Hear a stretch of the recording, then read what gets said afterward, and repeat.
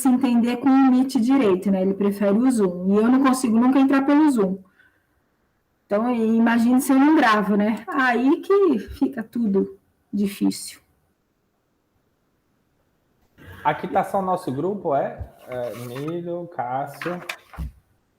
Olha, temos 2 grupos para apresentar hoje, né? Ah, certo. Eu tô vindo assistir vocês aí, meninos. O meu é quarta-feira, mas eu não posso só assistir o meu, né? Uhum. O Sérgio é o convidado de honra nosso. Obrigado, mestre, obrigado. Tem que vir dar palpite em todos, né, Sérgio? É isso aí. Parceiro é parceiro, né? Inimigo é inimigo. Professora. Fala.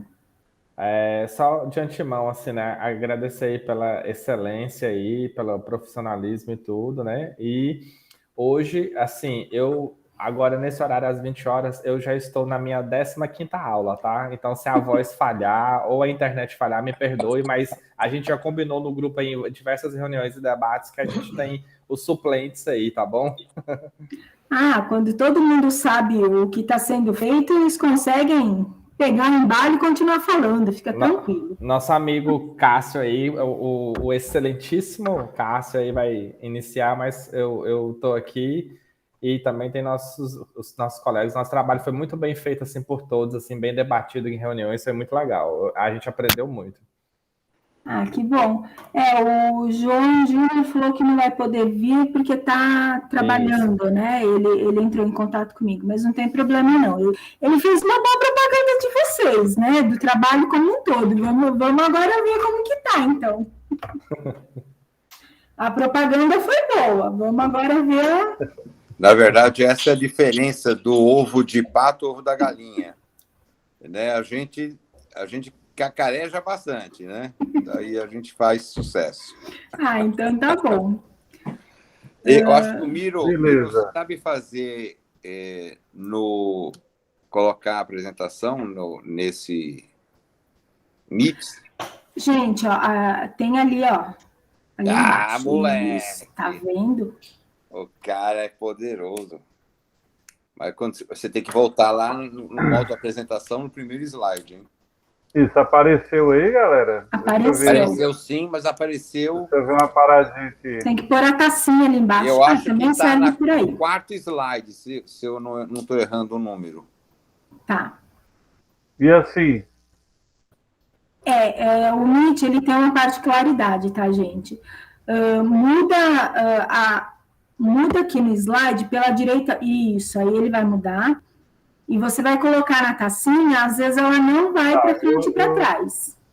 É porque eu coloquei para apresentar só o slide, eu acho que não deu certo. Eu vou apresentar a tela toda, que aí fica mais fácil. Beleza, vamos lá. Tenta aí, vamos ver.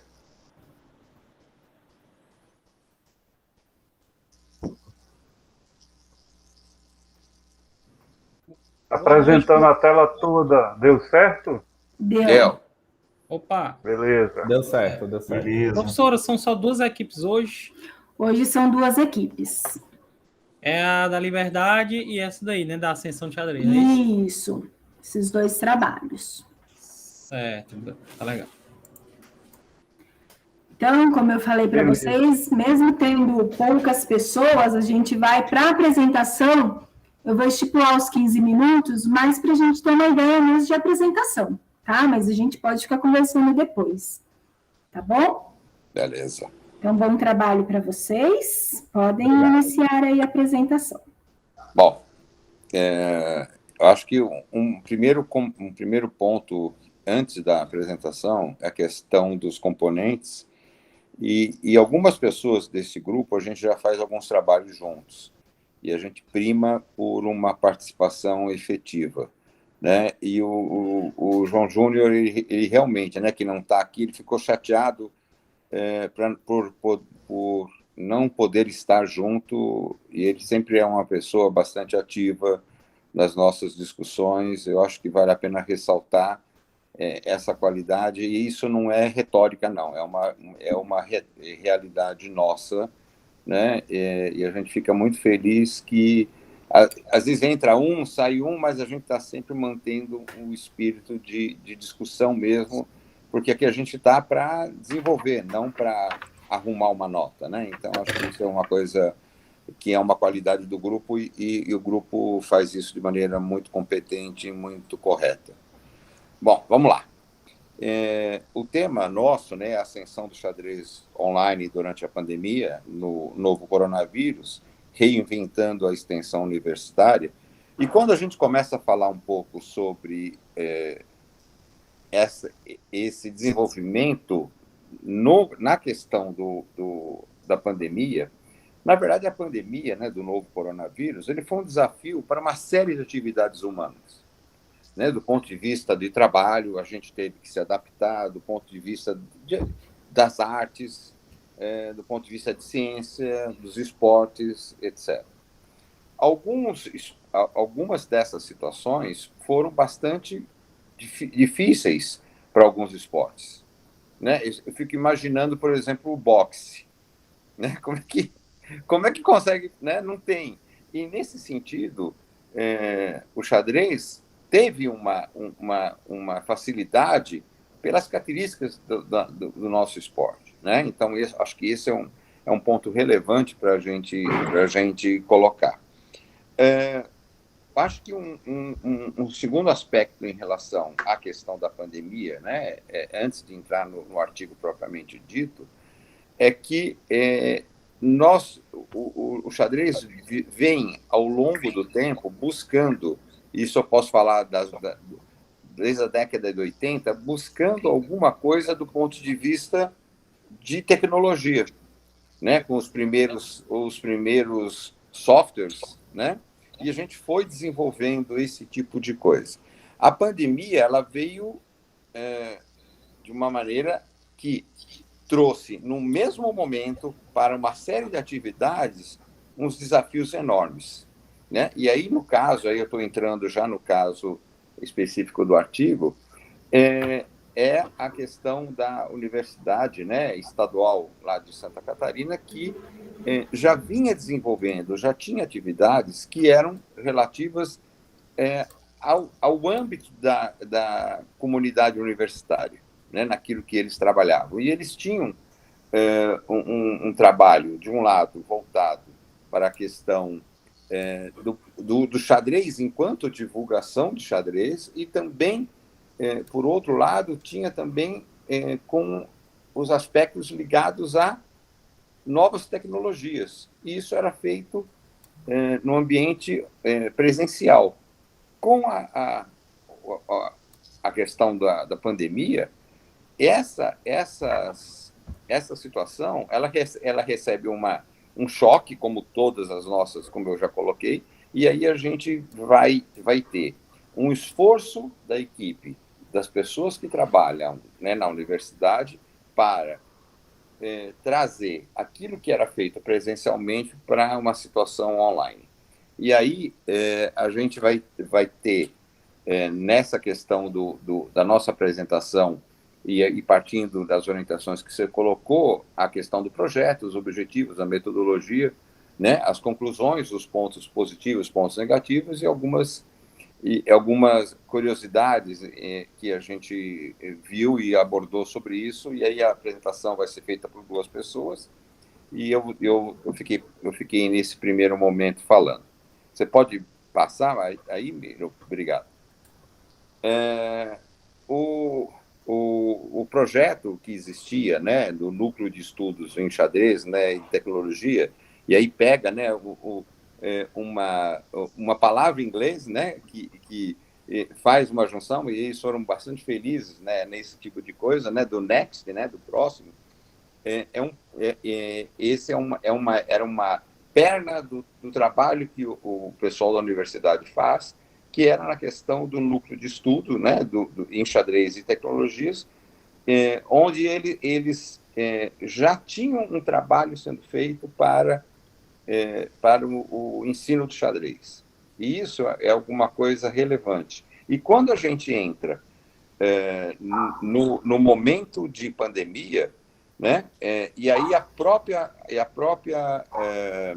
Federação Internacional, né, de Xadrez, né, a FIDE, ela lança logo o projeto Checkmate e coloca, né, que existem 650 milhões de jogadores de xadrez no mundo, né? E aí o Next, né, vai ter que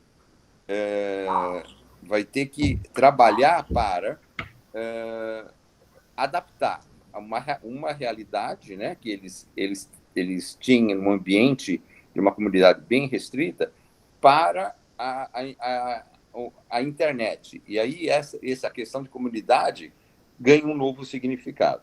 Você pode passar? Bom, o Next, né, então, ela tem, de um lado, aquilo que a gente chama de ações de extensão, que pega o programa Xadrez na Universidade, que entra a questão da prática, que entra a participação do xadrez em eventos culturais e atividades, e os jogos de xadrez na universidade. Isso já existia, né? O Next já executava esse tipo de coisa no ambiente universitário. Então, existe, né, dentro dessa questão de extensão, na questão de ensino, o Next, né, ele tem na universidade a ideia de aprender o xadrez, de criar times, de ter uma escola, de criar profissionais de xadrez nessa universidade. E, do outro lado, na questão de pesquisa e desenvolvimento, a pesquisa de xadrez e tecnologia, né? Então, projetos de pesquisa nesse sentido, os estágios de graduação. Então, ele, enquanto extensão, ele se alimenta também do trabalho que está sendo feito, inclusive na dissertação de mestrados, etc. E lança também aquilo que é o xadrez para alto rendimento, que você vai ter estágios de desenvolvimento diferentes das pessoas que jogam, e aí o trabalho do Next engloba todo esse tipo de ações, que é uma coisa bastante interessante para essa comunidade que era atendida. Pode clicar? Você já clicou, tá certo. Aí, assim, conhecendo o projeto online, com a migração, né, do Next para o universo online, né, para a situação online, você começa a ter, primeiro, uma nova linguagem que você tem que adaptar do xadrez presencial para o xadrez online. Isso parece simples, parece que é só uma migração pura e simples de material, e não é, porque você tem meios de comunicações diferentes, e você tem que decidir por uma série de coisas, né, para poder migrar da questão presencial para um online, onde a comunidade, você começa a perder a dimensão real de quem você está atendendo. E aí você não tem, nesse tipo de... Quando você conhece a sua comunidade, quando você conhece o teu público, é uma coisa. Quando você amplia e abre para a rede mundial, essa discussão ganha uma dimensão totalmente diferente. Você pode clicar? Miro? Já passou o slide aqui para mim. Não, mas aí eu estou vendo conhecendo o projeto, eu quero objetivos. Ok. Isso. E aí vem, o objetivo geral né, a ideia do objetivo do Next, né, de fazer aprender xadrez na universidade, criar um conceito de academia, né, de ensino, ofertando cursos de nível básico e de nível intermediário, e aí equipar continuamente uma biblioteca com aquisição de acervo, promover torneios, tanto amistosos como oficiais, e desenvolver atividades enxadrísticas dentro dessa universidade com interação de uma plataforma que antes ela é restrita e agora ela começa a se exigir na migração, né? E aí vem, né, na metodologia, uma questão do relato da experiência, que é o que o método que o artigo foi escrito para relatar a experiência deles. Então, eles começam a discutir primeiro, assim, que tipo de plataforma que seria mais adequada? E começam a estudar as plataformas já existentes para isso. Então, eles saem do ambiente de isolamento para um ambiente de migração para a internet, né? E aí, querendo ter aquelas mesmas funções que eles tinham, de aprendizado, de conhecimentos, de estudos, de torneios, etc. E começam a estudar que escolha de plataforma. Escolheram o Lichess por ser gratuita, por não ser um código aberto e não ter propaganda, não ter divulgações comerciais, etc, etc. Isso parece simples, mas não é para você fazer, porque você, quando escolhe, você também tem que pensar que tipo de plataforma que você está usando, não só nas suas funcionalidades, mas com que você está se associando. Então, a escolha do Lichess foi bastante acertada nesse sentido, porque mantém um conceito principal de ensino superior, de capacidade superior para essa situação. E dentro do Lichess, eles criam o clube virtual online, com sessões de treinamento, de xadrez, e a possibilidade das pessoas se inscreverem em torneios blitz e torneios rápidos. O artigo ele discorre sobre vários pontos que são relevantes no sentido de primeiro, assim, eu vou usar o blitz, mas que tempo que eu vou usar? E eles foram adaptando ao longo da experimentação e percebendo que o número de inscrições vinha sendo incrementado a cada situação, tanto no xadrez rápido como no blitz. E isso traz, né? E por que eles usaram esses dois tipos de torneio? Desses dois tipos de modalidades de treinamento. Porque você tem um xadrez que é um pouco mais pensado, que as pessoas podem, que onde estão aprendendo, ter um tempo maior para assimilar, etc. E conforme vai tendo a necessidade e a questão de tempo de cada um, o blitz também foi apresentado. Então, eles foram ajustando os oferecimentos dos torneios, né, que estavam sendo feitos, vendo um incremento e ajustando os tempos em relação a isso. O que a gente pode chegar em termos de conclusão? Que o Next, né, ele era principalmente na modalidade presencial, com a questão do coronavírus, houve uma necessidade de inovação, o Next teve que reestruturar essa base presencial. Os resultados eles foram positivos e pelos relatos do próprio artigo, eles surpreenderam no sentido de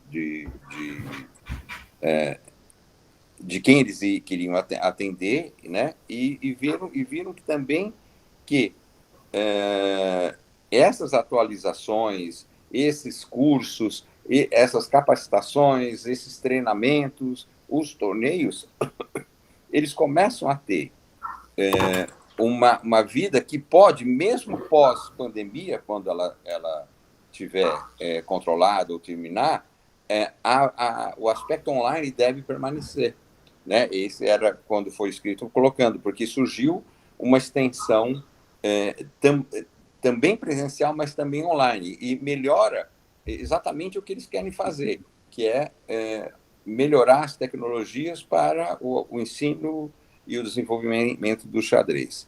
E isso trouxe também como consequência, e nesse sentido foi algo que só a internet possibilita, de você aumentar o que a gente chama de comunidade, né? Então, isso também foi algo que foi uma consequência que a pandemia trouxe, e os esforços que foram feitos e foram desenvolvidos pelo pessoal da universidade teve um alcance bem mais interessante. Era isso que eu tinha que comentar. Agora, passo a palavra. Obrigado, Cássio. Praticamente já falou tudo, né? E também, como o tempo já está no limite, eu vou tentar ser breve só para concluir a magnífica apresentação do nosso colega Cássio Roberto, que sempre se posiciona muito bem nas aulas, nas perguntas, nas respostas, e agora não deixou também a desejar. A apresentação foi magnífica. Então, em relação a tudo isso que ele falou, né, o nosso colega lá na universidade, ele fez uma pesquisa praticamente, podemos dizer, empírica, né? O que ele já fazia, ele transformou em ciência, né? E devido a isso, a gente pode levantar pontos positivos e negativos. Inclusive, o próprio Cássio pesquisou que esse número de 650 milhões, ele está defasado, foi de 2012, né? Ele mesmo nas reuniões falou isso para a gente. Realmente, a gente sabe que esse número é muito maior, principalmente depois do Gambito da Rainha. O xadrez online vem aumentando muito. Claro que tudo que cresce muito rápido tem os seus prós e tem os seus contras, né? Os pontos positivos, indubitavelmente, a primeira coisa que a gente nota é que a gente começa a ter mais contato com pessoas de outros países, né? Então a gente começa a ver pessoas se relacionando, fazendo amizade, jogando com um número muito maior de bandeiras e acessando um número muito maior de participantes, né? Sem contar que essas plataformas, não só o Lichess, mas o Chess.com, o Chess24, as maiores plataformas têm aulas. Então, nós mesmos montamos nossa aula. Por exemplo, nesses últimos 2 anos no Lichess e no Chess.com e outras, eu montei mais de 200 aulas, né? Então, assim, os grandes mestres também, os mestres internacionais também. Então, tem muita aula lá disponível. Alguns vendem essas aulas, outras deixam restrito para os seus alunos e uma boa parte está lá de graça para a gente. Então, o custo-benefício é excelente, porque a gente começa a ter acesso de coisas que a gente não tinha. E deixar de participar do xadrez, né? Porque a gente ficou, achei praticamente o mês de março todo parado, e se não me engano também abriu lá para o dia 20 que a gente está retornando com as aulas online, nem eram todos que retornaram. Então a gente ficou aí um mês e meio, algumas pessoas 2 até 3 meses sem atividade de xadrez, mas a gente conseguiu retornar com as plataformas, o Meet, o Zoom, o Lichess, o Chess.com, e continuamos nossas aulas. Entrou um número muito grande, o Gambito da Rainha foi um exemplo disso, né? Foi nos primeiros 28 dias, 280%. Então, imagina como é que não está esse número de 650 milhões aí hoje, né? Deve estar, se só nenhum filme foi 280% em 28 dias, a gente pode falar aí na casa dos bilhões, né? Não sei nem como é que estaria, quantos bilhões seriam isso, né? 1 bilhão e... 1 bilhão e 100. 1 bilhão e 100, né? É estimativa, né? Uma estimativa. É claro que esse paralelo pode ser feito juntando plataformas, pode ser feito uma pesquisa de ligas e federações, pode ser feito pela FIDE, tem várias formas de levantar esse número, né? A estimativa que a gente que o Cássio pesquisou foi sobre alguém que está inscrito em alguma federação, né? Então, está 1 bilhão e 100. Já os pontos negativos vem, obviamente, em primeiro lugar disparado o uso de engines, né? Como as contas, mesmo com câmera aberta, mesmo com gravação de tela, as pessoas ainda dão um jeitinho de usar programas de inteligência artificial, dão um jeitinho de esconder o celular e usar um pouquinho ali o seu engine, seu livro de abertura, suas consultas, alguém ajudando, passando alguma dica, passando senha para outras pessoas usarem, enfim, né? Diversas formas, então tem um ponto negativo, né? O que no presencial seria muito difícil, não evita, a gente sabe que já teve grandes mestres pegos em banheiro tentando usar a higiene, mas foi disparado em primeiro lugar como ponto negativo. Outra coisa é que criança e adolescente precisa de relações humanas. Então, tirar a criança desse ambiente escolar de relações humanas não prejudica o xadrez escolar, né? Tem pouca participação de xadrez escolar, poucos torneios presenciais, o que não nos favorece como professor de xadrez, né? Sem contar que diminui também o interesse pelo xadrez clássico, xadrez pensado, né? Aumenta o interesse pelo blitz e pelo rápido, e isso não favorece estudos mais profundos. Então, analisar partidas dos nossos alunos fica muito mais difícil, porque a qualidade de xadrez cai, porque essa é a regra número 1. Pode passar, Miro, por gentileza. Então, a gente tem algumas experiências para contar. Se algum colega quiser contar, pode abrir o microfone sem problema nenhum, né? Sobre relação ao nosso artigo, a nossa apresentação, a gente pesquisou que o chess.com, por exemplo, fecha mais de 500 contas diariamente devido à sua política de fair play, que tem se eu não me engano, uns 2.000 artigos de coisas que não podem fazer, né? Não pode xingar, não pode abrir muitas contas, e o número 1 deles é usar trapaça, né? Colocar outra pessoa para jogar, usar dica, usar livro de abertura, usar higienes, usar programas que facilitem a saber uma jogada mais forte, né? E todas as grandes plataformas usam isso, né?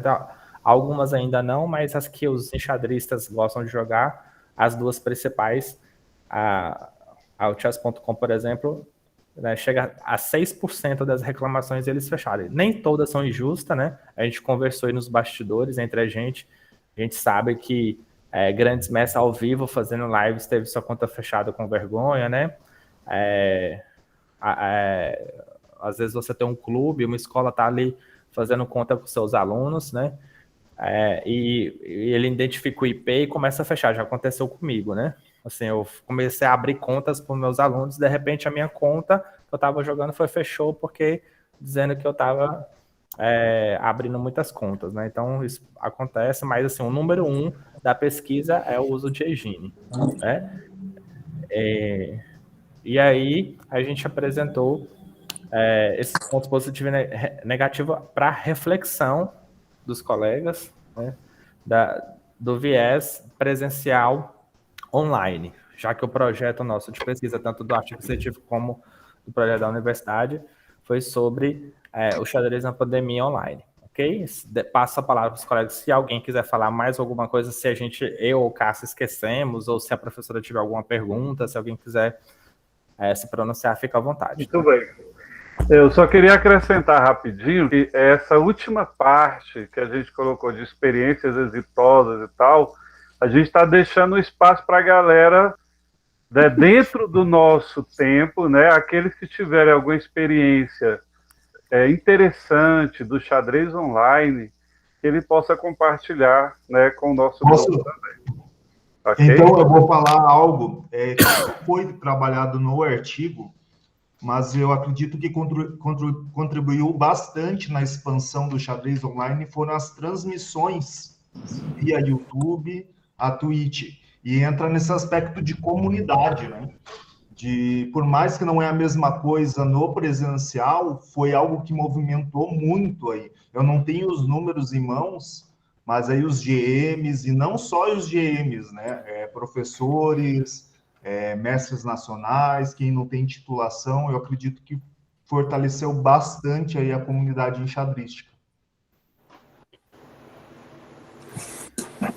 Bom, pessoal, eu trouxe esse artigo, né, mais para cutucar mesmo, pessoal, porque realmente a gente viu o filme, o Gambito da Rainha, ele realmente motivou muita gente a participar do xadrez, e no momento que a gente estava em pandemia, a opção era o online, né, então foi mais para instigar vocês. Com relação à apresentação, foi bem apresentado, né, bem discutido, os pontos positivos, negativos, como eu pedi para ser feito, né, e essa questão dos vários sites, dos problemas, vai continuar tendo, porque ainda tem a questão aí de reconectando, volte mesmo, a internet está ruim, não está, dependendo do nível, né, você acaba perdendo uma partida e nem viu que perdeu, né, então, assim, existem vários problemas. Eu acho que, por mais que a gente use o xadrez online, ele nunca vai substituir o presencial, né? Essa relação humana que a gente tem, esse esperar chegar um torneio de xadrez para conversar, para bater papo, para ter essa interação, né? Ele não vai substituir, né? Eu acho que é importante, mas um não troca o outro, né? São ambientes diferentes mesmo, como vocês exploraram super bem. Com relação aos slides em si, né, vocês levaram 22 minutos para apresentar, tá?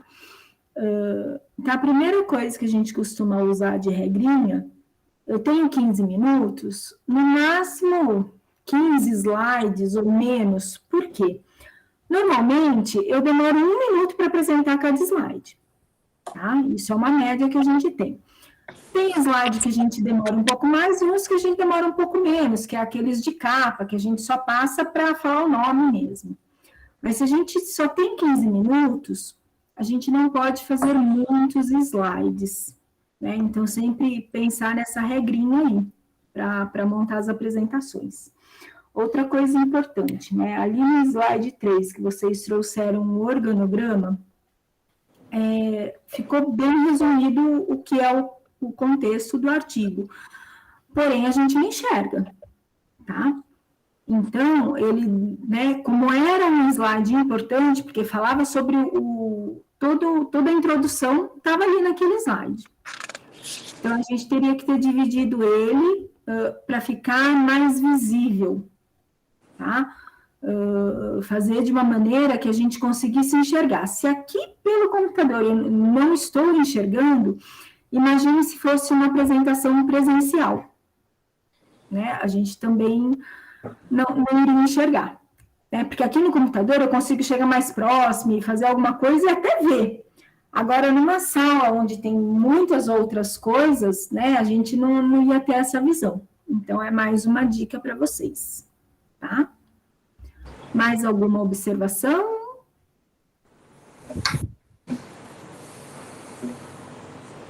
Paulo, quer falar alguma coisa? Abrir o microfone? Não, estava aberto, professora. Ah, tá. Desculpa. Mas está de parabéns sim a apresentação. Eu gostei bastante, colocaram todos os itens aqui. Eu ia falar de algumas coisas, mas aí no contexto vocês iam colocando, aí eu ia riscando aqui no meu papel. Então foi bem bacana assim. Agora nós vamos para o outro grupo, que é a liberdade, a premissa comum entre o jogo e o lúdico, que é o Bruno e a Daphne, né? Opa, professora, tem Bruno, Daphne, Daniel e Sávio. Ah, então aumentou. Vocês não passaram para mim? Mas eu já escrevo aqui. É porque essa informação eu repassei diretamente na sala de aula, no Classroom. Aí não passei no WhatsApp, não. Eu acho, né? Eu não lembro. Sei que eu passei em algum local, aí não lembro qual foi. Não tem problema, que eu já anoto mais para eu poder dar ok depois. Que geralmente eu boto logo no Classroom, que é o mais oficial, né? Mas às vezes o WhatsApp é mais fácil, né? De visualizar logo, né? É que, na verdade, eu olhei no Classroom, né? Aí depois que eu montei os grupos, eu fui jogando sempre no WhatsApp. Então, acho que quando eu olhei, você ainda não tinha colocado por lá, ou tinha colocado menos pessoas. Mas tranquilo. Ok. Quanto a isso, não tem professora, problema. Eu acho que a gente teve só um pequeno problema com um integrante nosso, que eu acho que ele achou que seria um pouquinho mais tarde, eu acho que ele entendeu que iria demorar mais um pouco, que é o Daniel, mas acho que está tranquilo. Dá para a gente... que a gente porque hoje... Né? É que hoje só ficaram 2 grupos para apresentar, então realmente foi mais rápido, né? Pois é, eu imaginei que seriam mais. Eu pensei que aquela primeira lista era do grupo que iriam apresentar hoje. Acho que tem um áudio aí da Mary Jane. Em princípio, né, seriam todos hoje. Mas aí o pessoal estava tendo problema, então a gente manteve os 2 dias para conseguir todo mundo apresentar, todo mundo fazer. Tá? Mas então vamos lá, podem. Ok, então Daphne, Daphne sabe, eu vou ficar controlando os slides daqui, tá bom? Tá, eu não estou conseguindo ativar a minha câmera aqui, ó. Não tem problema não, rapaz, tá bonitinha sua foto aí na praia. Eu olhei ali para trás, rapaz, vi a bagunça aqui, porque meu escritório tá servindo de casa temporária aqui para minha mãe e meu irmão aí. Então, em reforma e vieram morar aqui. Mas isso aí. Vou apresentar... A gente não liga, não. Fica tranquilo. Pois é, eu tô vendo ali uma baguncinha ali atrás. Vamos lá, deixa eu abrir aqui.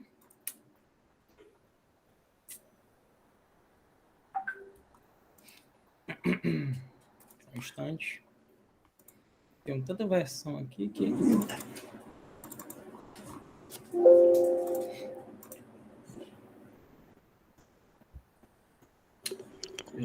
Pronto.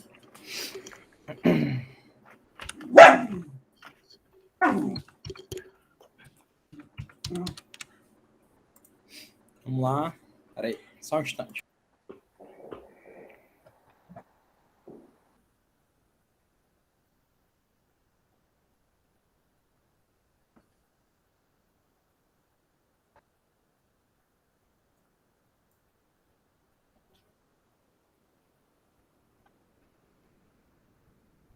Olha, esse silêncio, esse suspense, mata a gente. Não, dá certo. Peraí. Ai, ativa a câmera.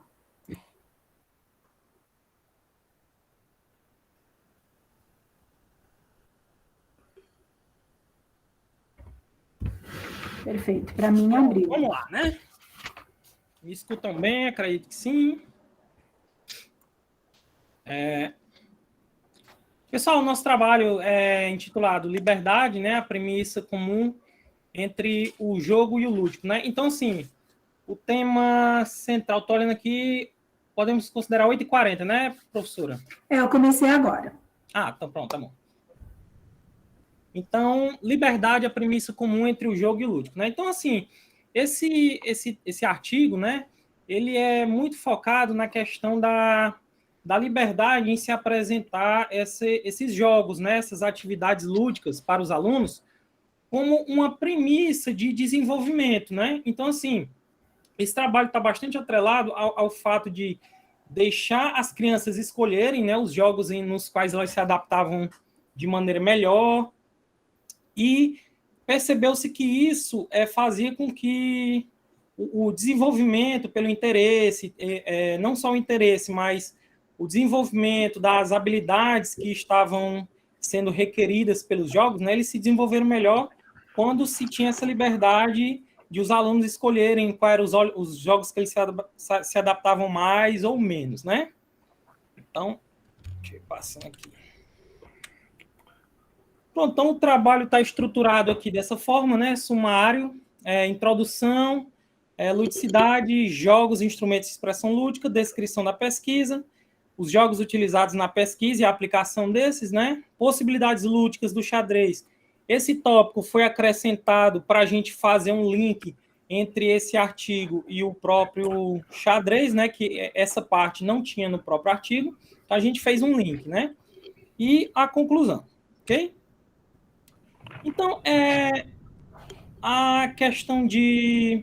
essa questão de ludicidade, né? Essa definição, jogar ou brincar, né? Ela é uma premissa importante no sentido de que essa questão da competição, né? Essa questão de interação social é inerente, né, ao ser humano, desde pequenininho até grande, né? Então, nós observamos que pessoas de todas as idades se interessam por jogos, né? Criancinhas, adolescentes, adultos, pessoas, né, com mais idade. Então, assim, jogos não são característicos de uma faixa etária, né? Então, esse conceito de ludicidade, né, ele pode ser aplicado para diversas coisas, tanto para a finalidade de apenas diversão realmente, né? Eu não gosto nem de chamar de distração, sabe? Porque eu, pelo menos, sou uma pessoa que nunca procuro distração, né? Eu acho que... Porque, assim, distração é como se você não tivesse uma maneira melhor de gastar seu tempo, aí gasta daquilo ali para passar, né? Eu acho muito triste esse conceito de distração, né? Aí pode ser que alguém tenha uma visão diferente. Então, assim, por exemplo, eu sou professor de física, eu uso jogos, inclusive no ensino superior, e quando você atrela as suas aulas, sejam elas de xadrez, sejam elas de matemática, qualquer outro assunto, com jogos, é incrível como há uma participação, há um ânimo, né? Essa metodologia, ela não pode, e a meu ver, com a literatura que eu li, né, até hoje, sobre questão de ensino, ela não deve ser aplicada de forma exaustiva, né? Ela sempre deve ser utilizada, né, de forma bem encaixada, né? Cada atividade tem os seus momentos, né? Então, assim, quando você insere um jogo em um determinado conteúdo, ainda mais o xadrez que em si, né, já é o próprio jogo, então não teria o que acrescentar, né, no ensino de xadrez, por exemplo, você percebe que há uma injeção de ânimo, seja numa turma menor, né, de alunos. Então, a importância em si da ludicidade já está nesse conceito inerente ao ser humano, né, de gostar dessa interação, de gostar de competir, né? Então, isso torna fácil, né, o desenvolvimento de qualquer atividade nesse sentido, certo? Jogos utilizados nessa pesquisa, né? Os pesquisadores que aplicaram, né, esses jogos, eles utilizaram jogo da velha, cara a cara, jogo da memória, mancala e pontinhos, né? Esses jogos foram utilizados numa turma de 5 anos, né? Então, ali, por volta ali do infantil 5, né? Então, foi selecionada uma turma de certa forma, uma turma pequena ali, de cerca de 14 alunos, né? Entre meninos e meninas, e dentre esses alunos tinha um aluno portador de necessidades especiais, né? O artigo ele não menciona especificamente o que era, mas ele só fala que tinha uma criança PNE, né? Tá ligado aí. Então, vamos ver como é que se deu o desenvolvimento desses jogos em sala de aula, né? Já que a pesquisadora ela não era professora da escola, né? Ela estava ali como um trabalho à parte, e ela utilizava o tempo de aula regular das outras professoras, né? Então, nós vamos ver características bem interessantes nesse público infantil que podem nos trazer reflexões para o xadrez, certo? Diretamente para o xadrez, apesar de o jogo de xadrez em si não ter sido aplicado, né? Eu até entendo porque uma turma ali de 5 anos, né? Então, assim, por exemplo, a minha filha, eu por experiência própria, eu comecei a ensinar ela xadrez por volta dessa, né, o final dos 5 anos de idade dela, mas ela só foi realmente se interessar um pouquinho mais ali dos 6 para os 7 anos, né? Então, eu acredito que, não sei se estava em vista da pesquisadora, mas eu acredito que também esse seja um fator que pode dar um pouco de receio, né, em aplicar xadrez numa turma de idade tão baixa, né, como 5 anos. Apesar de a gente saber que é possível, né, nessa idade, né, tem vários casos aí de jogadores que começaram nessa idade ou até um pouquinho menos, né. Então, vamos lá. Ainda com relação a esses jogos, nós vamos estabelecer aqui uma relação entre a complexidade dos jogos e o interesse destes, né, por parte principalmente das crianças, né? E aí, esse conceito-chave que eu queria elencar, que o interesse da criança na questão de jogos, na inserção de jogos, principalmente jogos novos, ele está muito ligado à complexidade, né? Então, assim, jogos muito complexos, eles vão distrair a criança, né? Então, a gente pode até fazer essa relação com o xadrez, que realmente no início é interessante você mostrar conceitos básicos para que a criança não perca o interesse no jogo logo no início, né? Então, realmente essa questão de etapas, né? Ela é bastante importante, né? Jogo da velha é um jogo conhecido de todos, né? Você tem que marcar aí uma fileira de 3 símbolos iguais para que vença o jogo, né? Como todos sabem que o nível de empate desse jogo aqui é grande, né? E assim, para a pesquisa, as crianças acharam bastante simples o jogo da velha, e justamente por ser simples, elas quiseram continuar a jogar, né? Foi um jogo interessante para elas, e apesar da grande simplicidade, despertou interesse, né? Os pesquisadores relatam que houve ali certa confusão no começo, as crianças brigavam, né? O que é comum no início, tem que ter esse tipo de controle, né? Para controlar ali os ânimos, né? As crianças queriam caçoar das outras que perdiam, né? Então, teve que haver esse controle aí. Então, assim, com relação à complexidade e o interesse do jogo, nenhum problema com relação ao jogo da velha. O jogo Cara a Cara é um jogo muito interessante, que é um jogo que eu tenho aqui em casa. Eu jogo com a minha filha também desde os 5 anos de idade, que foi a idade que foi apresentada, né? E é um jogo muito interessante que você tem que saber escolher as perguntas certas a serem feitas, né? O objetivo do jogo, basicamente, você tem uma cartinha com um desses personagens. Vocês estão vendo o meu cursor, sim ou não? Sim. Sim, né? Estão vendo o cursor, né? Então, todos esses personagens aqui, eles são repetidos nos 2 tabuleiros, né? Nessas 2 bases aqui. E a criança tem que, através de perguntas, adivinhar qual é a carinha do oponente dela, né? Então, é muito interessante porque aqui você não pode nem ser muito específico nas perguntas, porque vai eliminar poucos, nem pode também ser muito vago, né? Porque aí pode ser que não haja ninguém com essas características para eliminar, né? Então, os pesquisadores relatam um grande interesse nesse jogo, as crianças pediam, né, para continuar, apesar dele ter uma pequena complexidade ali no início, logo as crianças se adaptam a fazer as perguntas certas, elas vão percebendo que algumas perguntas são melhores do que outras, né? E eu percebi isso aqui em casa também aplicando com a minha filha, né? Ela foi descobrindo que geralmente quando você seleciona ali uma pergunta que vai eliminar 50% dos personagens, são as melhores perguntas, né? Então, o jogo da memória é outro jogo também bastante simples, né?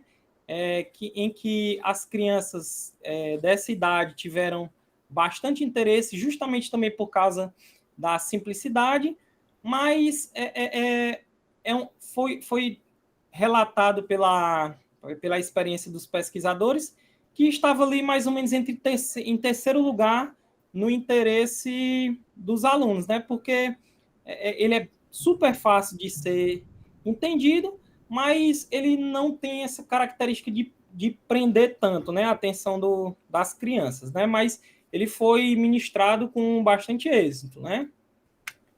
Então, Mancala.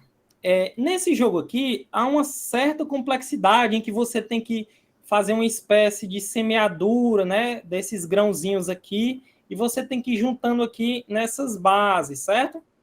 Então, nosso objetivo aqui não é explicar a fundo aqui as regras do jogo, mas o que é importante aqui para o nosso caso é que esse jogo se revelou um pouco mais complexo do que o esperado pela idade lá das crianças, né? E realmente elas tiveram pouco interesse na Mancala. Elas começavam até e viam que pela complexidade e demora do jogo, elas logo perderam o interesse. Então, né, esse é um aspecto interessante para a gente trazer também para o xadrez, né? Que não é interessante trazer coisas complexas, conceitos complexos logo no início, né? O jogo de pontinhos também inclusive, foi o jogo mais aceito, né, entre as crianças. Elas reclamavam, inclusive, que a professora às vezes colocava um joguinho muito simples, né, com poucos quadrados, e elas queriam jogos mais complexos, né? Então, esse joguinho, o objetivo é formar quadrados e o outro jogador vai tentar impedir, né, que ela forme esses quadrados para colocar a letrinha com o nome do jogador. Então, um jogo extremamente simples, divertido, que tem essa parte também essa parte mecânica, né, de riscar ali, não só ficar manipulando peças, mas ela tinha que riscar também. Então, foi um dos jogos que despertou mais interesse, por incrível que pareça, nas crianças, apesar de ser, né, extremamente simples. Então, assim, essa pesquisa mostrou claramente, né, que a questão da liberdade, deixar elas escolherem o que é melhor para elas e apresentar jogos de níveis de complexidade diferentes fazia com que houvesse ali uma clara demonstração do que era interessante ou não para as crianças no aspecto lúdico. Então, agora eu vou passar para minha amiga Daphne. Essa parte é dela. Oi. Então, assim, fazendo um comparativo do estudo dessa professora com a minha realidade de crianças de 3 a 5 anos, no qual tem turmas nessas idades, as brincadeiras dos pontinhos, tipo, você colocar uma pecinha lá e fazer ela ligar o contorno por pontinhos, né? A brincadeira do jogo da memória com as peças do xadrez. E a brincadeira do jogo da velha do xadrez, que é onde a gente usa o bispo, o cavalo e a torre, eu uso bastante, a gente brinca muito nessa faixa etária. E daí, comparado com o que ela fez, tudo isso daqui, nessas brincadeiras ali, usando só a temática xadrez, e eu tiro isso aqui dos meus relatórios que eu tenho que emitir todo semestre. A melhor tomada de decisão, as crianças, elas assumem essa responsabilidade, pequenas responsabilidades ali de criança, assim, você vai percebendo que ao longo do tempo eles vão assumindo isso, sabe? Por exemplo, você esperar o amigo jogar a sua vez, né? As crianças de 3 anos têm uma certa ânsia, uma vontade de querer fazer tudo, na verdade. Liderança e hierarquia, eles têm que entender que dentro do jogo tem uma hierarquia. Eu sou a hierarquia dentro da sala, eu sou a professora, mas eles têm que entender que num jogo é ele que vai gerenciar tudo isso, né? O estímulo à memória, o estímulo lógico e calculista e a diversão, né, gente?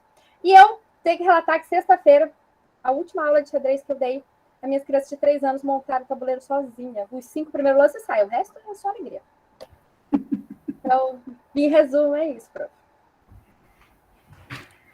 Muito bom, podia ter falado mais devagar, que eu deixaria mais tempo, muita calma, viu? A gente não está cravando os 15 minutos. Eu tomei um susto ali, eu tentei passar rápido, mas quando eu vi o tempo ter avançado também, eu assustei um pouco. Então, eu achei que a minha câmera tivesse acelerado, mas... Não é?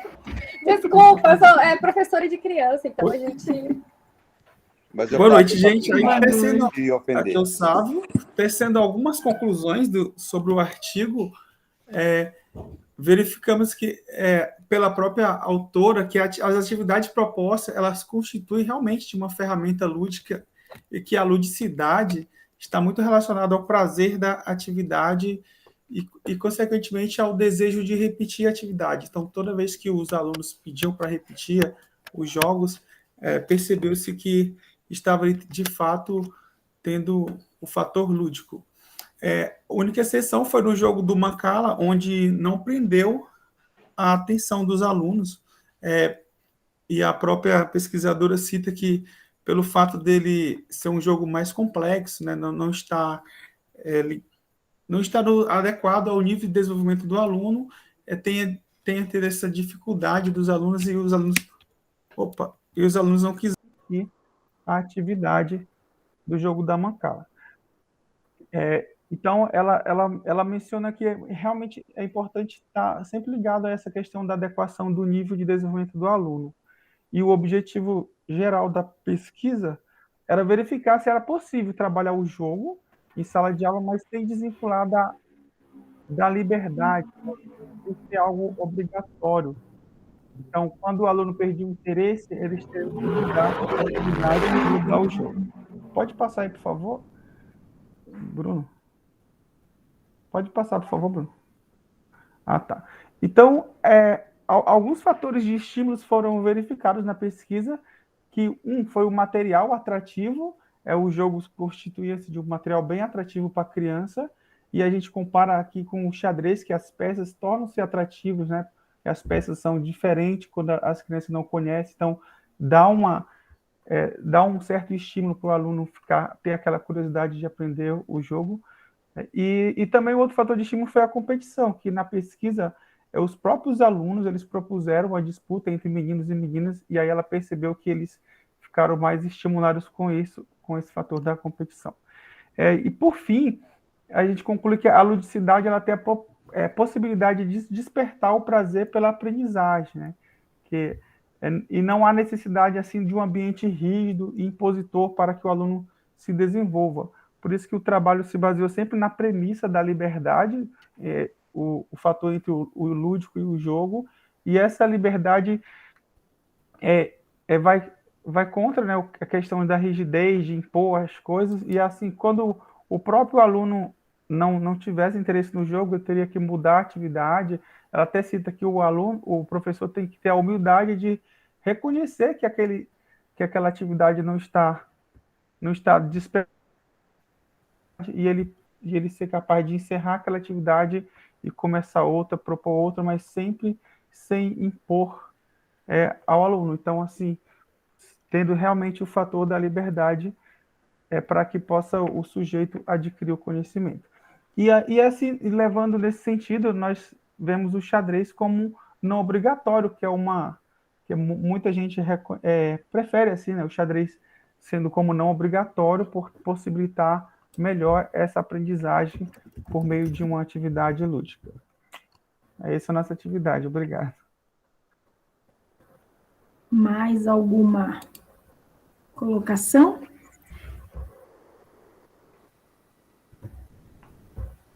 Não, É que eu vi que o Daniel entrou agora há pouco.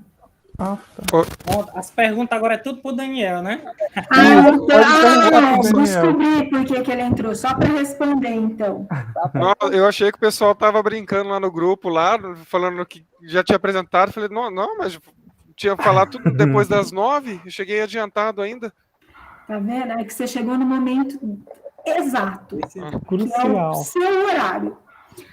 Bom, pessoal, com relação à apresentação, tinha algumas coisas, como eu falei, eu tinha anotado, mas aí o Sávio acabou aí na conclusão, ele deu conta de responder as perguntas que eu tinha, né, que era até essa questão da ludicidade vinculada ao prazer, que foi colocado lá na introdução, né, do artigo, e ainda não tinha sido relatado, né, então, da apresentação eu gostei bastante,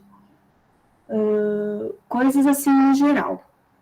Tamanho de letra, como eu falei para outro grupo, a gente está aqui no computador, então está fácil de enxergar.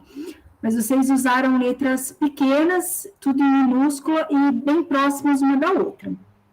Se a gente tivesse uma apresentação numa sala onde você está projetando esse slide, ia ficar mais difícil das pessoas lerem, tá? Então, é mais uma questão, porque agora está muito aí usando online, então passa, a gente consegue ficar próximo da apresentação, né? Mas sempre pensar nisso na hora que for montar a apresentação em si, né? Isso é importante. Uma coisa que os dois grupos esqueceram. Esse artigo era de vocês? Então, lá na página inicial, eu não falei nada no primeiro grupo, porque senão o segundo grupo poderia arrumar para apresentação, né? Então, eu não comentei. Mas lá na página inicial, a gente tem que relatar de quem que é o artigo, porque vocês estão apresentando um artigo que são de outros autores. Não, né? Então, é importante enfatizar isso. Vocês só colocaram o artigo, né, o nome do artigo, fizeram a apresentação. Então, quem chega assim no meio do caminho, não está nem sabendo que é uma aula, pode achar que a equipe foi que fez a pesquisa. Né? Ô, professor, esse detalhe tinha sido atentado, é porque foram tantas versões aqui que a gente ia baixando no WhatsApp, aí tinha que pegar uma nova versão, mas eu tinha prestado atenção nisso aí, professor, da questão dos autores, viu? Então, isso é bem importante. Não, sim, com certeza. O nosso grupo esqueceu mesmo, não tem nem... Não, eu tinha atentado para isso aí. Meu não. E fica parecendo que é da gente, né? Sim, quando porque como a gente... parece óbvio, né? Parece, sem detalhes, porque a gente sabia que tinha que pegar um grupo o artigo de alguém e relatar sobre. Mas na hora que a gente está olhando a apresentação, parece que a equipe está ali embaixo que escreveu aquele artigo. Então, quando você falou, veio aquela musiquinha. Uau, uau, uau, uau, uau. E eu acho que ainda fui eu que deletei, porque tinha muita informação e a gente ia passar o vídeo aqui, né? Era muita coisa na tela e ia incomodar. Daí eu fui tirando um monte de coisa. Eu também, assim, quando é apresentação de artigo meu, por exemplo, né? Eu uso muito imagens, tá? Uma, porque eu nunca falo a mesma coisa, né? Já começa daí. Então, assim, quando a gente coloca muito escrito e não vai ler aquele escrito ao pé da letra, a gente acaba confundindo quem está assistindo, tá? Porque quem está assistindo está tentando escutar vocês, mas está lendo outras coisas, tá? Então, quando a gente escreve, né, tentar ler exatamente o que está escrito, para não confundir as pessoas que estão aí assistindo a apresentação. Por isso que, às vezes, quando é o meu artigo, né, eu procuro, às vezes, assimilar muito fotos, setas, algo mais dinâmico, porque a pessoa vai ver aquela imagem, eu vou lembrar o que eu tinha que falar naquele momento, e a pessoa vai estar vendo uma imagem, fazendo a leitura de uma imagem e me escutando falar. Então, isso, às vezes, pode facilitar. Mas, para quem tem, assim, né, se você está dominando aquilo que você está falando, Porque às vezes a gente apresenta, né, como quando a gente participa de um grupo maior, às vezes a gente sabe que faz trabalho em 3, 4 e o trabalho nem era seu, só que no dia da apresentação a pessoa não foi. E alguém tem que apresentar aquele trabalho. Então, a gente, assim, às vezes ter bastante escrito ajuda nesse sentido. A gente sabe o contexto do trabalho, a gente consegue apresentar, mas é melhor estar tudo ali na tela, porque às vezes a gente pode esquecer de algum detalhe, né, que seja importante. Então, aí, são maneiras de apresentar, né. Com relação ao artigo em si, né, o que até foi falado um pouco aí da faixa etária, eu busquei até por isso, né, o jogar xadrez aí que o Bruno estava comentando da filha dele, né, se eu não me engano, com 5 anos é difícil? É difícil, né, a gente não vai falar que é fácil. Mas nessa idade a gente ensina mais a noção do xadrez, né, aquelas questões de andar para frente e para trás, direita e esquerda, e trabalhando nessa movimentação de ensinar a montar o tabuleiro em si. Eles não vão sair jogando, eles vão ter aquele acesso ao tabuleiro, né, porque senão entra naquela complexidade do jogo da mancala. Porque uma criança dessa idade ter todo o raciocínio do xadrez, aí sim é algo muito complexo para eles ainda. Então, assim, tem aqueles que se destacam? Sim, isso tem em toda modalidade, né? Tem as crianças menores que conseguem se sair muito bem. Mas a gente pode perceber que quando a gente trabalha com o lúdico, o que é muito importante, ainda mais na educação infantil, é relacionar os direitos de aprendizagem que a gente tem, né? Que é trazido na BNCC, tá? Então, a gente tem o participar, escolher, explorar, brincar, conviver e expressar. Quando a gente dá a possibilidade aí dessa escolha para a criança, essa liberdade que vocês falaram, né, delas poderem, não gostei desse jogo, vamos para outro, e é muito importante para eles, né, e a criança pequena, de 3, 4, 5 anos, é totalmente capaz de escolher, né, então, trabalhando aí com o lúdico, a gente consegue atender aí todos esses 6 direitos da aprendizagem, que está na BNCC e que está sendo cobrado bastante aí, né, quem está na escola, quem está estudando a BNCC está vendo que é palavrinha-chave hoje em dia. Então, esse artigo traz um pouquinho disso, né? Trabalhar o lúdico, ele vai abranger tudo isso aí para a gente. Mas a apresentação, de forma geral, foi muito boa, sim. Eu gostei bastante, vocês conseguiram passar o artigo, né? O que tinha de essencial no artigo, vocês conseguiram passar para a gente entender do que estava sendo falado. Parabéns para o grupo também. Não sei se algum amigo aí de vocês tem alguma pergunta, de repente eles vão colocar vocês mais no fogo do que eu, né? Nunca se sabe. Eu posso perguntar? Eu acho que uma parte do lúdico, ele tem muito a ver com a descoberta, com a nova experimentação. E aí, eu acho que a Daphne comentou alguma coisa sobre isso, e talvez pela experiência, talvez a minha pergunta seja mais assim, essa coisa do lúdico, da nova experiência, quando faz o jogo da memória com as peças do xadrez, a alegria talvez seja não só pelo jogo da memória, mas por reconhecer peças que são novas. Isso é uma racionalização minha, pensando nas crianças, ou você observa isso em relação às crianças? Essa é a minha pergunta. Então, assim, eu aplico para fazer o reconhecimento das peças, né? Aquele reconhecimento visual. Então, depois que eu contei todas as historinhas do mundo, que eu mostrei as peças e tal, porque eles têm aquela ânsia do tabuleiro, eles gostam de ver, de tocar, de pôr na boca, entende? Tipo, é tudo junto, é incrível. Aí, assim, aí depois que eles fazem esse reconhecimento, que eles já sabem o que são, a gente brinca, né? Eu faço às vezes grandão, coloco no chão para eles irem lá virar, que eles adoram virar, e a hora que descobre que é igual, é só alegria. Às vezes eu faço eles pequenininhos, que eles podem pôr na mesa e brincar ali em dupla, não precisa ser num grupo grandão.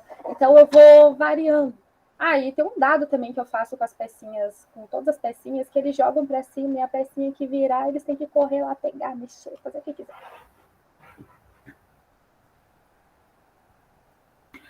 Até quando estava apresentando o jogo da memória, que aí falou que não teve tanto interesse na pesquisa em si, né? Que ela relatou isso.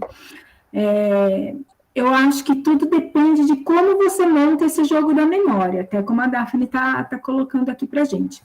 Porque eu mandei um joguinho da memória para a educação infantil também da escola, e a gente fez o jogo da memória, um era colorido e o outro era preto e branco. A gente chegou a fazer também um animal inteiro e o outro só a carinha do animal. Eles tinham que achar o par, era um jogo da memória, porque eles tinham que saber qual que era aquele animal. Então, a gente, mesmo tendo a base, que é o jogo da memória, a gente pode brincar com as imagens em si. E aí, estimulando mais essas crianças, porque foi o que a Daphne colocou, eles procuram por um desafio também, né? Eu acho que eles querem, né, ser desafiados. Então, a gente pode ir, né, até no próprio jogo da memória, tem um rei pequeno e um rei grande, né? E eles têm que achar os dois reis, por exemplo. Então, aí a gente já está trabalhando a noção de tamanho, a memória que ele tem do reizinho pequeno e do rei grande. A imagem é a mesma, só que aí tem uma diferenciação de tamanho, tá? Então, eu acho bacana. Pode falar, Daphne. Todo o material que eu vou usar de ludicidade para as aulas de xadrez, eu coloco toda a temática dentro do xadrez, eu nunca desvio a temática, sabe? Eu acho isso importante, porque afinal o foco é eles aprender o xadrez sem eu estar lá em cima dizendo que aquilo é xadrez, né? Então, todos eles eu transformo a temática, tudo vira xadrez. Mas é excelente, né? E essa turma, no começo, a primeira vez na vida que me deram uma turma, tinha 30 crianças, gente, 30 crianças de 4 e 5 anos. Eu olhei para aquilo e falei, meu Deus do céu, o que eu faço com 30 crianças? 30, gente, 30. O que você faz com 30 crianças dessa idade? Vocês que tem 1, 2 em casa aí, imagina eu com 30 dentro de uma sala e uma auxiliar. Aí, nossa, daí eu aproveitei que a escola era toda cheia, toda cheia daqueles mármore grandão no chão, cada um fica no seu quadradinho. Daí eles são os soldados. Hoje vocês são reis, hoje vocês são cavalos, hoje vocês... Então, começou assim. Hoje em dia eu tenho, nessa turma também tem as crianças de 3 anos. Só que como agora eles fazem rodízio de atividade, então assim, numa semana eu tenho 20 crianças na sala, na outra semana eu tenho 15, na outra eu tenho 4. Eles vão fazendo rodízio de atividade porque tudo no mesmo dia. Aí, glória. O serviço desenvolve igual. Aí chegou assim 1 ano de trabalho, gente. 1 ano de trabalho em cima dessa turminha de 30, para chegar no final do ano, eles montarem o tabuleiro certinho, sentar e jogar já. Aí os 5, como eu disse, 5 primeiros lances saem. Que é as primeiras peças, o primeiro movimento das peças. Aí depois disso é só alegria. Às vezes as pessoas voam, às vezes elas vão onde não é para ir. Mas eles divertem, é legal, eles gostam, é só sair feliz. Aí o resultado que eu estou colhendo dessa turma de 30 alunos de 2018, hoje em dia eles estão no primeiro ano, outros no segundo. Eles jogam xadrez, já estão num nível muito adiantado dos que chegaram agora, eles já jogam, já sabem fazer início de jogo, meio jogo, né? Entende? Já está diferente daqueles que apareceram esse ano no xadrez lá e não sabiam movimentar as peças. Sim. Mas foi o que eu falei, esse inicial é muito importante, né? É uma idade que eles estão se desenvolvendo, então vai, né? Eu acho que é muito legal esse trabalho, sim, Daphne. Continue assim, e mesmo voando peça, tá tudo certo. Bom, pessoal, com relação aos trabalhos, né? Eu acho que todo mundo já está tendo problema para entrar no Classroom. Teve uma pessoa falou que não estava conseguindo, mas eu acho que de quem está aqui eu andei devolvendo trabalho hoje, que hoje eu já peguei para ler um monte de trabalho, tá?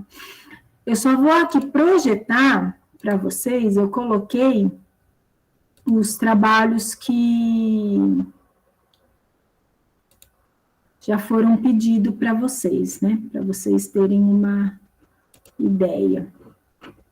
Deixa eu abrir aqui a tela para eu conseguir apresentar a tela. Uai, apresenta a tela, meu trabalho não está lá? Achei.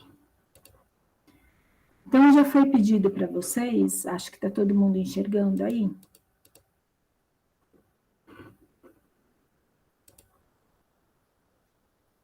Eu passei para vocês, né, o primeiro trabalho, que era o jogo, definir, né, o que é o jogo para vocês. A sua história no jogo de xadrez, então contar a história por carta, uma dissertação, a maneira como vocês iam me contar, né, o estilo da escrita vocês escolhiam. O quadro com as brincadeiras, fazer o monstrinho, o seminário, a resenha crítica. Eu só não postei ainda a autoavaliação, tá? Que eu vou esperar depois de quarta-feira, que tem os outros grupos, e aí eu explico como vai ser essa autoavaliação para vocês, tá? Mas quem ainda está devendo alguma coisa aí, já começa a providenciar, porque no dia 13 que eu coloquei, acho que a resenha até o dia 13 de dezembro, é quando eu vou fechar todas as notas e passar. Eu não tenho atribuído pontuação em si, né? Falar assim, esse vale 10, esse 15, 20. Eu não estou dando uma nota em pontos, né? Eu estou vendo mais o trabalho que vocês estão fazendo em si. E com relação às histórias de vocês no xadrez, eu não sei se todos vocês têm acesso ao que os amigos postaram. Eu consigo ver de todos, mas vocês conseguem ter acesso ao que o amigo postou? Não, né? A minha, né, proposição seria montar, assim que eu tiver de todos, montar um arquivo com a história de todos vocês e deixar disponível no grupo, lá no Classroom, para vocês conseguirem ler como um amigo de vocês, né, como foi a história dele no xadrez. Eu acho que é uma coisa bacana, porque tem trazido, assim, relatos bem legal para eu ler, bem pertinente, então eu acho que seria legal compartilhar com todos o grupo, mas aí, para eu poder compartilhar, como não é um arquivo meu, né, não é só a minha história, eu preciso da anuência de todo mundo, né, porque a escrita é de vocês. Tá? Então, aí eu vou estar esperando aí e depois compartilhando se todos estiverem de acordo com essa dinâmica. Não é nem para ver erro de português, não tem nada disso não, gente. É o conteúdo mesmo, que eu achei muito bacana. Pode falar, Sávio. Falei que eu sou de acordo, pode colocar, à vontade. Walter, quer falar alguma coisa? É que você abriu a câmera, normalmente a gente abre a câmera para falar alguma coisa. Não. Então tá bom. Bom, pessoal, alguma dúvida de algum trabalho que já passei para vocês, para tirar? Opa, professora, a data mínima lá é dia 10, né? De algumas coisas. Tinha alguns trabalhos que eram dia 10. A resenha eu coloquei dia 13. Dia 13, né? Tá? A resenha é sobre algum, por exemplo, você não pode fazer do que você acabou de me apresentar, né? Você tem que escolher um outro artigo e fazer a resenha. Certo, ok. Tá? Pois é, eu estava presente lá na aula do monstrinho lá, só que aí mesmo na hora da atividade eu tive que me desconcentrar aqui por outra chamada ali, aí depois eu vou fazer lá. Sim, só façam e procurem colocar... se não me engano, ao lado das atividades aparece uma entrega para vocês, né? Quando eu posto como atividade. Postem lá, porque aí fica mais fácil de eu conseguir achar onde que estão essas atividades. Porque às vezes vocês até fazem um comentário e tudo mais, eu tenho procurado em tudo quanto é lugar do Classroom, né? Para não deixar as pessoas aí sem a pontuação correta. Mas ali fica mais fácil. Eu até fiz já uma tabela do que falta aqui, tem gente que ainda não me entregou nada, tem gente que falta poucas coisas, então assim, mas para eu ter um controle e fechar, porque aí depois o Cleiton que vai cobrar de vocês, né? Daniele, a gente pode confirmar com você em um outro momento, ou via WhatsApp, como falar assim, eu acho que só devo isso, tá tudo ok? Pode acontecer isso? Pode. Okay. Pode, sem problema nenhum. Eu estou finalizando aqui, mas a maioria acho que tá ok. Né? Beleza. Mas pode mandar, que aí eu já mando um retorno para vocês. Certo, pessoal? Quem quiser entrar na quarta-feira, ver os amigos, perguntar um monte de coisa, também pode. Fiquem à vontade. Por hoje a gente encerra por aqui. Ok, obrigado. Boa noite para todos. Boa noite, professora. Tchau. Boa noite, pessoal. Tchau. Boa noite, pessoal. Boa noite, professora. Boa noite, pessoas. Até quarta. Boa noite a todos. Até quarta. Obrigado, professor. Ok.